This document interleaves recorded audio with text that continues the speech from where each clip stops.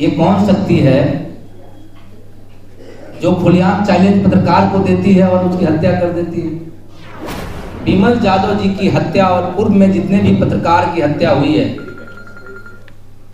इस हत्या को स्वतः संज्ञान और उस मर्माहत पीड़ित परिवार को प्रथम मुआवजा और एक सरकारी नौकरी देने की मांग कर रही है। एक धारा इस देश को बेचना चाहती है, दूसरा धारा बचाना चाहती है। एनडीए महागठबंधन के कुचक्र में संपूर्ण देश पिस रहा है। इसमें भी इंडिया गठबंधन में भी वे लोग अपने गुप्तचर को जगह जगह पर फिट कर चुके हैं। जो सरकार आटा पर टैक्स लगा सकती, चावल पर टैक्स लगा सकती, दूध पर टैक्स लगा सकती, जो सरकार आजादी के बाद, आजादी से पूर्व अंग्रेजों के शासन में, मुगलों के शासन में भी ऐसा कभी नहीं हुआ था। अगर देश की आजादी चाहते हैं तो ऐसे लोगों से भी सावधान होने की जरूरत है, जो आपके साथ रहकर भी वकालत उनकी करते हैं, खाते आपका है और गाते उनकी है। मेरा ये मैं तुमको तो चुनाव लड़ना है ना, बस स्वप्न समझ भाई चुनाव के लिए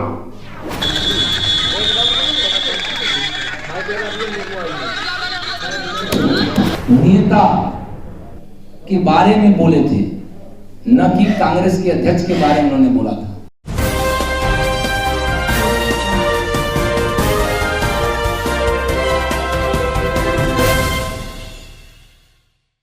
सभी को नमस्कार। आज साथियों, यह प्रेस वार्ता बुलाने का विशेष परिस्थिति, वैसे प्रेस वार्ता तो पार्टी की ओर से चलती ही रहती है, परंतु आज के परिस्थिति में जो लगातार यह देश आज चुनावी मूड पर है और दो तरह की धारा खींची हुई है। एक धारा इस देश को बेचना चाहती है, दूसरा धारा बचाना चाहती है। एक धारा यह चाहती है कि अपने सत्ता शासन और पूंजीपति मित्रों के सहयोग से इस देश को पूरी तरह से आपको नशा युक्त करके, देश को बर्बाद करके देश को बेचने की साजिश में संलिप्त है। वह भारत जलाओ तथा कथित एनडीए महागठबंधन और एनडीए महागठबंधन के कुचक्र में संपूर्ण देश पिस रहा है। उनका कुचक्र एक तरह का नहीं है, उनका कुचक्र कई तरह से है, हर जगह से वो है। वो आपके मीडिया में है, वो आपके न्यूज में है, वो आपके हर जगह पर है, हर मोड़ पर खड़े हैं। यहाँ तक कि आपको उनकी परिस्थिति, उनका यह चाल चलन चरित्र है कि वो हमारी जो इंडिया गठबंधन बनी हुई है मजबूती के साथ इस देश के अंदर, इस देश को बचाने के लिए, देश के भाईचारा को बचाने के लिए, देश के व्यवस्था को बचाने के लिए, अर्थव्यवस्था को बचाने के लिए, और इसमें भी इंडिया गठबंधन में भी वे लोग अपने गुप्तचर को जगह जगह पर फिट कर चुके हैं, जो इंडिया गठबंधन को कमजोर करने की पूरी ताकत लगाए हुए हैं और कमजोर करने के साजिश में लगे हुए हैं। और उससे सावधान इंडिया गठबंधन को होना चाहिए, क्योंकि उनके पास नागपुरिया कानून है। वो बाबा साहब के कानून के हिसाब से काम नहीं करते हैं, वो नागपुरिया कानून के हिसाब से काम करते हैं। और नागपुरिया कानून के हिसाब से छल कपट प्रपंच, धोखाधड़ी, यहाँ तक कि आपके घर में घुस करके और आप ही के साथ घुसपैठ करके आपकी व्यवस्था को ध्वस्त करने की साजिश है। आप अनुमान कर सकते हैं, जिसका प्रधान ही इस तरह का व्यक्ति हो, प्रधानमंत्री ही, जिनका मुखिया ही यह भाषा को उल्लेख करता हो। लाल किला से माननीय प्रधानमंत्री ने कहा कि दरभंगा का जो है हमने एम्स हॉस्पिटल का उद्घाटन कर दिया, पूर्णिया एयरपोर्ट का उद्घाटन कर दिया। उनका जेपी नड्डा जाकर भोपाल में कहता है कि मैंने यहाँ एम्स का उद्घाटन कर दिया। यानी कि पूरे देश को ये लोग अंधा समझते हैं, पूरे देश को बहरा और गूंगा समझते हैं, पूरे देश को बरगलाना चाहते हैं और इसको हाँ में हाँ करवाने के लिए आपको भी खड़ा करने का प्रयास करते हैं। और अपने हमारे इंडिया गठबंधन में ये लोग अपने गुप्तचरों को फिट किए हुए हैं। आप इनकी परवाह देश की थोड़े है। और जो सरकार आटा पर टैक्स लगा सकती, चावल पर टैक्स लगा सकती, दूध पर टैक्स लगा सकती, जो सरकार आजादी के बाद, आजादी से पूर्व अंग्रेजों के शासन में, मुगलों के शासन में भी ऐसा कभी नहीं हुआ था कि खाद्य पदार्थ पर भी कभी दुनिया में टैक्स लगाओ। मगर ये जो सरकार है, ये जो व्यवस्था है, जो हिटलर शाही व्यवस्था, अनिल अदानी और अंबानी को जो अपने मित्रों को लाभ पहुंचाना चाहते हैं, नमक तक पर ही ये टैक्स लगाने का काम किए हैं। ऐसे सवाल को लेकर के इंडिया गठबंधन को तथाकथित कुछ मुट्ठी भर अपने लोगों से, जो कहने को तो अपने हैं और वो पीठ पीछे छुरा मारने की तैयारी में है, उनका एनडीए से साठगांठ है। और एनडीए से साठगांठ का परिणाम है कि हमारे नेता जनसेवक जननायक पप्पू यादव जी, जो लगातार अनवरत पूरे भारत के अंदर अपने सेवा समर्पण और त्याग के बल पर आज एक अलग रेखा खींच करके जिस आयाम को उन्होंने खड़ा किया है, उस पर तुम लकीर खींचते हो, उस पर आंख दिखाने का काम करते हो। आपकी औकात क्या है? आप व्यक्ति से, हम इंडिया गठबंधन के साथ हैं। कांग्रेस हमारे नेता बार बार बोलते हैं कि कांग्रेस हमारे जीन में है, हमारे खून में है। कांग्रेस के हम एक अंग हैं, महागठबंधन के अंग हैं, इंडिया गठबंधन के अंग हैं। हम जबरदस्ती आपके प्रवक्ता, आपके वक्ता, आपकी व्यवस्था से भी बढ़ करके हमेशा जहां कहीं भी आवश्यकता पड़ी, हमारे नेता और हमारी पार्टी ने आपके साथ पूरी ताकत के साथ हमने डिफेंस करने का प्रयास किया। और आप बदले में इस तरह की आरोप और प्रत्यारोप की बात करते हो।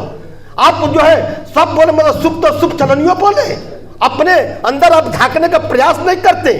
इन सारी व्यवस्थाओं को लेकर के मैं सावधान करना चाहूंगा इंडिया गठबंधन के प्रमुख नेताओं को, पार्टी के वरिष्ठ नेताओं को, कि आने वाले समय को अगर बचाना है, अगर भारत जलाओ पार्टी को भगाना है, एनडीए को हटाना है और देश को बचाना चाहते हैं, देश के गांव गरीब नौजवान छात्र सब भयक्रांत है, भूखा है, अशांत है, अगर इसे बचाना चाहते हैं, देश की आजादी चाहते हैं, ये दूसरी आजादी की लड़ाई है, अगर देश की आजादी चाहते हैं तो ऐसे लोगों से भी सावधान होने की जरूरत है, जो आपके साथ रहकर भी वकालत उनकी करते हैं, खाते आपका है और गाते उनकी है। ये नहीं चाहते हैं कि मजबूत लोग आपके साथ आवे। और पप्पू यादव की जहां तक रही सवाल, माननीय पप्पू यादव जी बिहार के अंदर ही नहीं, संपूर्ण देश के अंदर कोरोना काल में आपने देखा है, बाढ़ के समय में आपने देखा है, जहां कहीं भी आंसू गिरता बिहार के अंदर, उस आंसू को गिरने से पहले जिस व्यक्ति का हाथ उस आग के सामने जाता हो और उस व्यक्ति के ऊपर तुम उंगली उठाने का काम करते हो। और इस तरह की बातें आती है कि पप्पू यादव के क्या चेहरा है, अपने आप जो है अपने आप में झांकने का काम नहीं करते। इन सारे सवाल को लेकर के आज हम लोग बैठे हुए हैं और निश्चित तौर पर मर्माहत है जन अधिकार पार्टी और जन अधिकार पार्टी के एक सिपाही और संपूर्ण बिहार जन अधिकार पार्टी नहीं, संपूर्ण बिहार का शोषित वर्ग, जिनके आंख में आंसू है, दर्द है, पीड़ा है, जो पप्पू को अपना बेटा, अपना भाई और अपना नेता मानते हैं, उनको भी दर्द है कि ऐसा नहीं होना चाहिए। आज की प्रेस वार्ता में अभिनंदन। मुख्य विषय हमारे राष्ट्रीय दो महासचिव जी ने बताया आपको, लेकिन पत्रकार विमल यादव जी की हत्या, क्या यह हम बिहार वासियों को, तमाम वर्तमान सत्ता और पूर्व के सत्ता में रहे विपक्ष को, क्या ये नहीं लगता कि अब वक्त आ चुका है कि पत्रकार जिस तरह से असुरक्षित हैं, बिहार को अशांत किया जा रहा है, ये कौन शक्ति है जो खुलेआम चैलेंज पत्रकार को देती है और उसकी हत्या कर देती है? हमारे नेता आदरणीय पप्पू यादव जी लगातार बिहार के सवाल पर हत्या और जुर्म, माफियाओं और कुछ चंद पुलिसकर्मी और ऑफिसर के मिली भगत से बिहार जो जिस तरह से अशांत हो रहा है उस पर सवाल उठाते रहे हैं। आज हमारी पार्टी विमल जाधव जी की हत्या और पूर्व में जितने भी पत्रकार की हत्या हुई है, इस हत्या को स्वतः संज्ञान और उस मर्माहत पीड़ित परिवार को प्रथम मुआवजा और एक सरकारी नौकरी देने की मांग कर रही है। साथ ही जब नेताओं और माफियाओं को लाइसेंस हो सकता है तो मैं मांग करता हूं, हमारी पार्टी मांग करती है, आज की प्रेस वार्ता में मेरा सीधा कहना और मानना और मांग होता है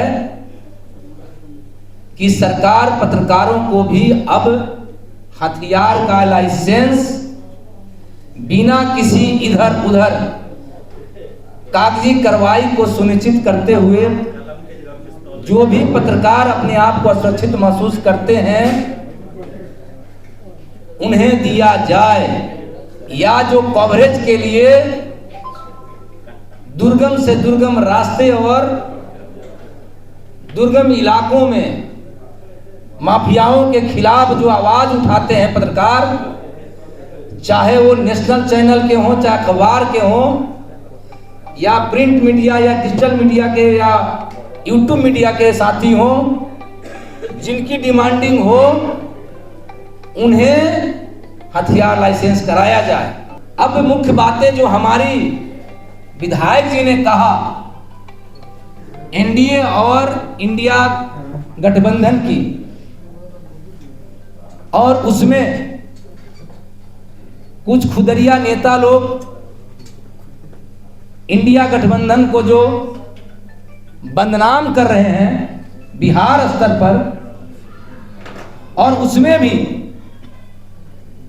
हमारे सबसे देश के बड़ी और सबसे पुरानी पार्टी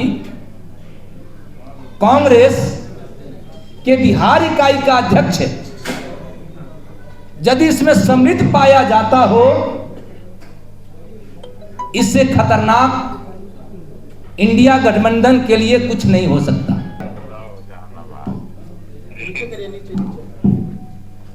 हम तो अपने के सेवा में ही मेरा ये मैं चुनाव लड़ना है ना, अपने समझ भाई चुनाव इसके जो पाले जो करवा दे गाड़ी में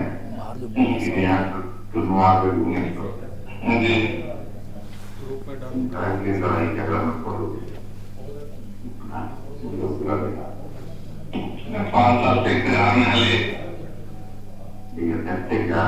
जी चुनाव नहीं लड़ना चाहते हो तो उसको लड़ाएंगे 5 साल पूछ रहे हैं जी बोलते हैं जिला जिला जैसा वाला तो जिला टैक्स करना है जी, क्या करोगे?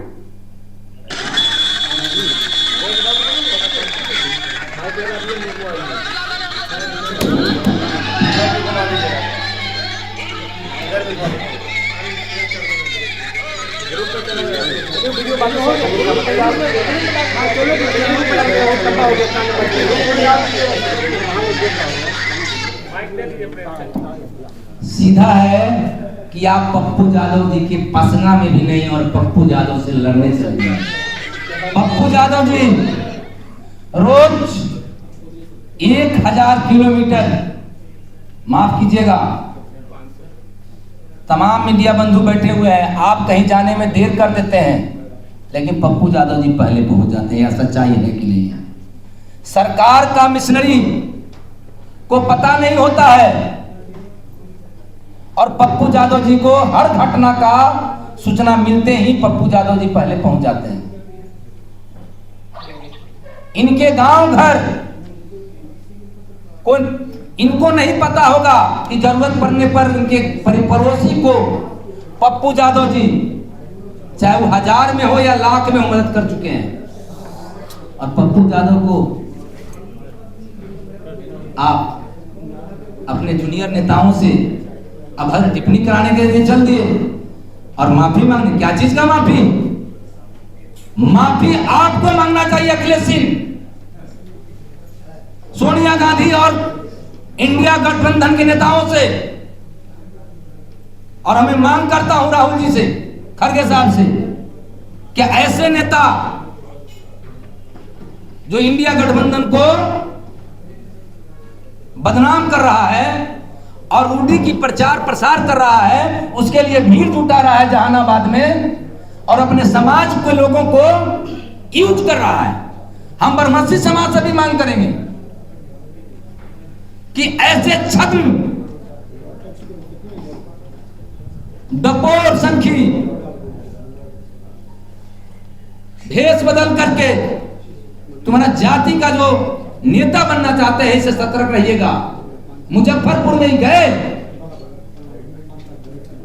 आशुतोष साई की हत्या हुई, पप्पू यादव जी पहले गए, आवाज उठाए, मांग किए, प्रशासन से लेकर के हर जगह लड़े, धरना से लेकर के मुजफ्फरपुर को बंद किए। एसीसी एमबीए की छात्रा दुष्कर्म करने वाले लोगों ने उसे वेश्यावृत्ति के जाल में फंसाकर पता नहीं कहां भेज दिया। ये हमारे उनके समाज की लड़की, इसके लिए इनकी आवाज नहीं निकला। लेकिन पप्पू यादव जी छुतीहर नहीं कह दिए।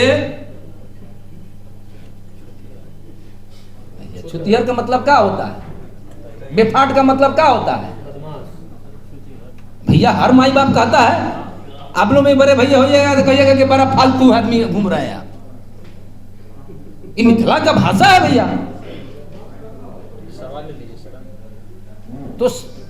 तो ये इनकी पेट में दर्द हुई और मैं सीधा कहूंगा कि आप जाकर के इंडिया गठबंधन के नेताओं से माफी मांगिए।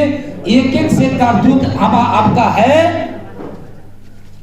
आप यदि चाहेंगे, मांग करेंगे तो आपको सारी सबूत, काला आपका चिट्ठा आपके घर तक हम लेकर के आ जाएंगे, आपके गुनाहों का किताब भी छपवा देंगे और आपको बेनकाब होना पड़ेगा। एकता जो बनी है, पप्पू यादव जी जो लगातार सोनिया जी, राहुल जी और खड़गे जी के विचारों को लेकर के काम कर रहे हैं, उसे करने दीजिए और आप अपना काम कीजिए, हम लोगों को अपना काम करने दीजिए। अपने जूनियर नेताओं से बुलवाना, अब कुछ अलग अलग आलाप कराना बंद कीजिए। धन्यवाद।